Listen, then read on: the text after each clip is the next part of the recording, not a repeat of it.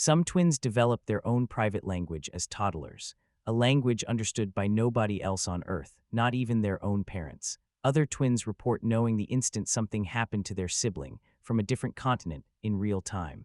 Only one of those two things is actually real. Let's find out which one. Start with the one that's genuinely documented because it's stranger than most people realize. Linguists call it cryptophasia, sometimes idioglossia.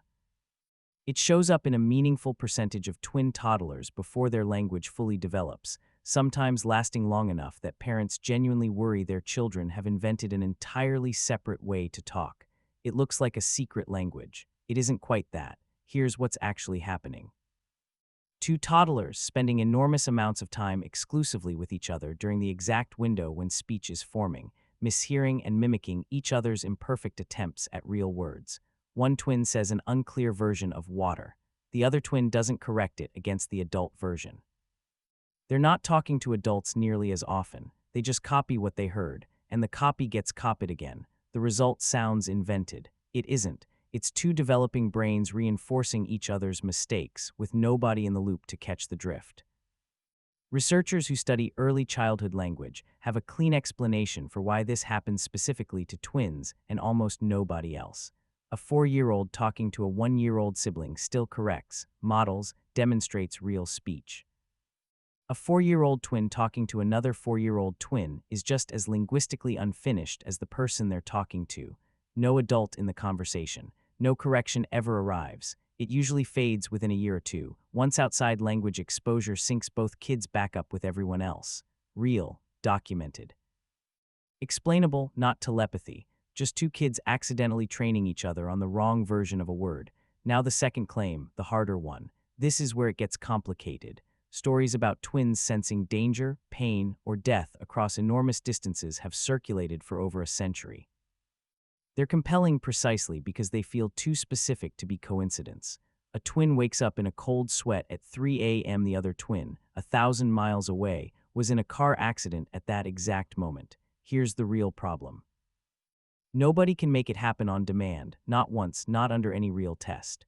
Researchers who have tried to test this under real, controlled conditions, twins separated, one exposed to a stimulus, researchers watching for any reaction in the other, have consistently found nothing beyond ordinary chance, not a weak effect. No effect, so why do the anecdotes feel so convincing? Because twins think about each other constantly, far more than most siblings do.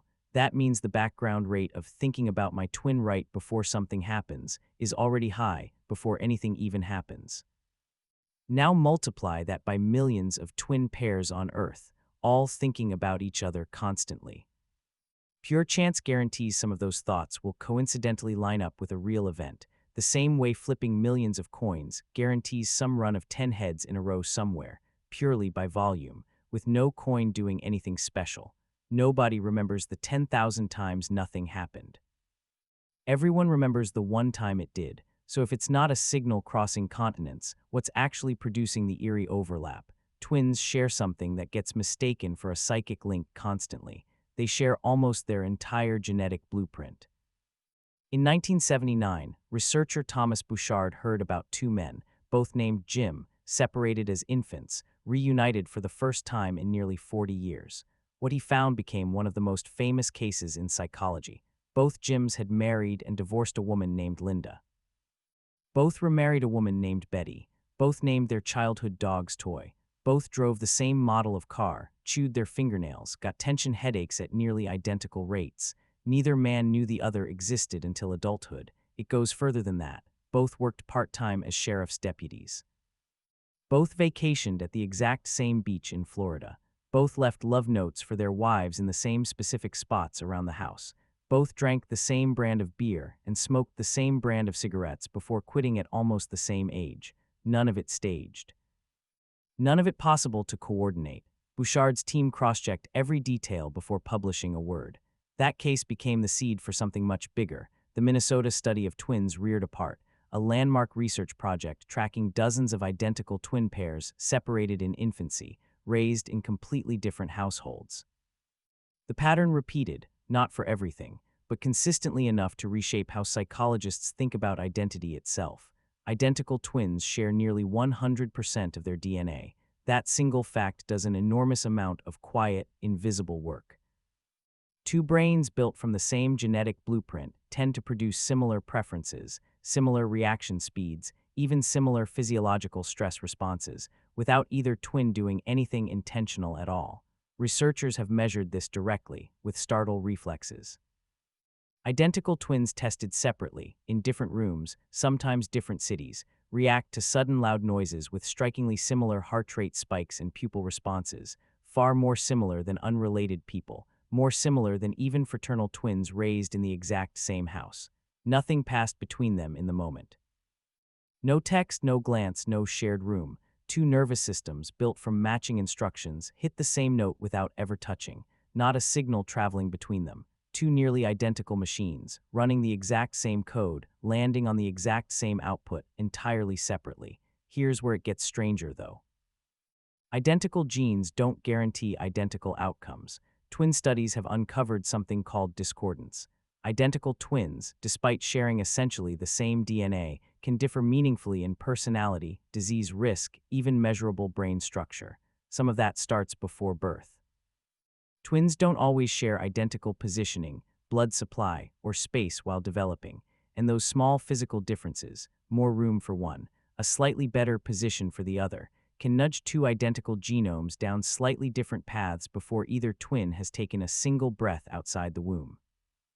Some of it happens years later still, gradually, through something called epigenetics. Genes can be switched on or off by environment, diet, stress, illness, without the underlying DNA sequence ever changing. Same instruction manual. Different pages getting highlighted, one twin at a time, decade after decade, until two genetically identical people are quietly running noticeably different versions of the same original code, same blueprint, different lived construction.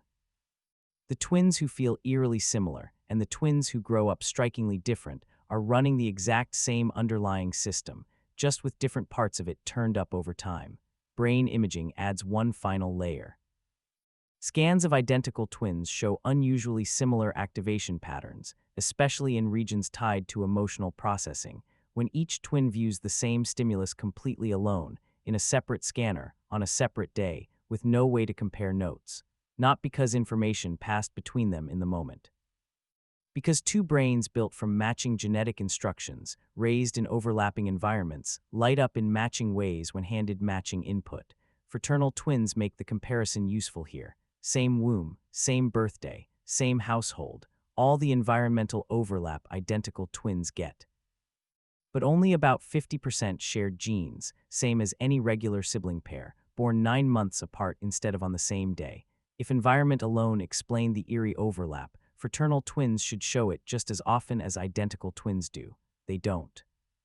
Studies comparing the two groups find identical twins reporting dramatically more of these coincidences, session after session, pointing straight back at genetics as the real driver, not upbringing, not proximity, not shared experience, not a psychic connection. Two instruments tuned so precisely alike, built from the same original design, that they vibrate at the same frequency without ever touching, whenever the same note gets played near either one.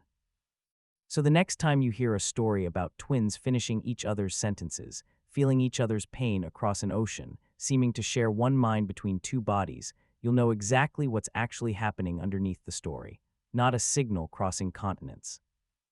Two nervous systems, engineered from nearly identical genetic code, spending years absorbing overlapping experiences, arriving independently at the same reaction, the same thought, the same word, at almost exactly the same moment. It was never one mind split in two. It's two minds built from the same original blueprint, running so close to identical that from the outside, watching two people finish the same sentence at the same instant, the difference between connected and constructed the same way becomes almost impossible to see.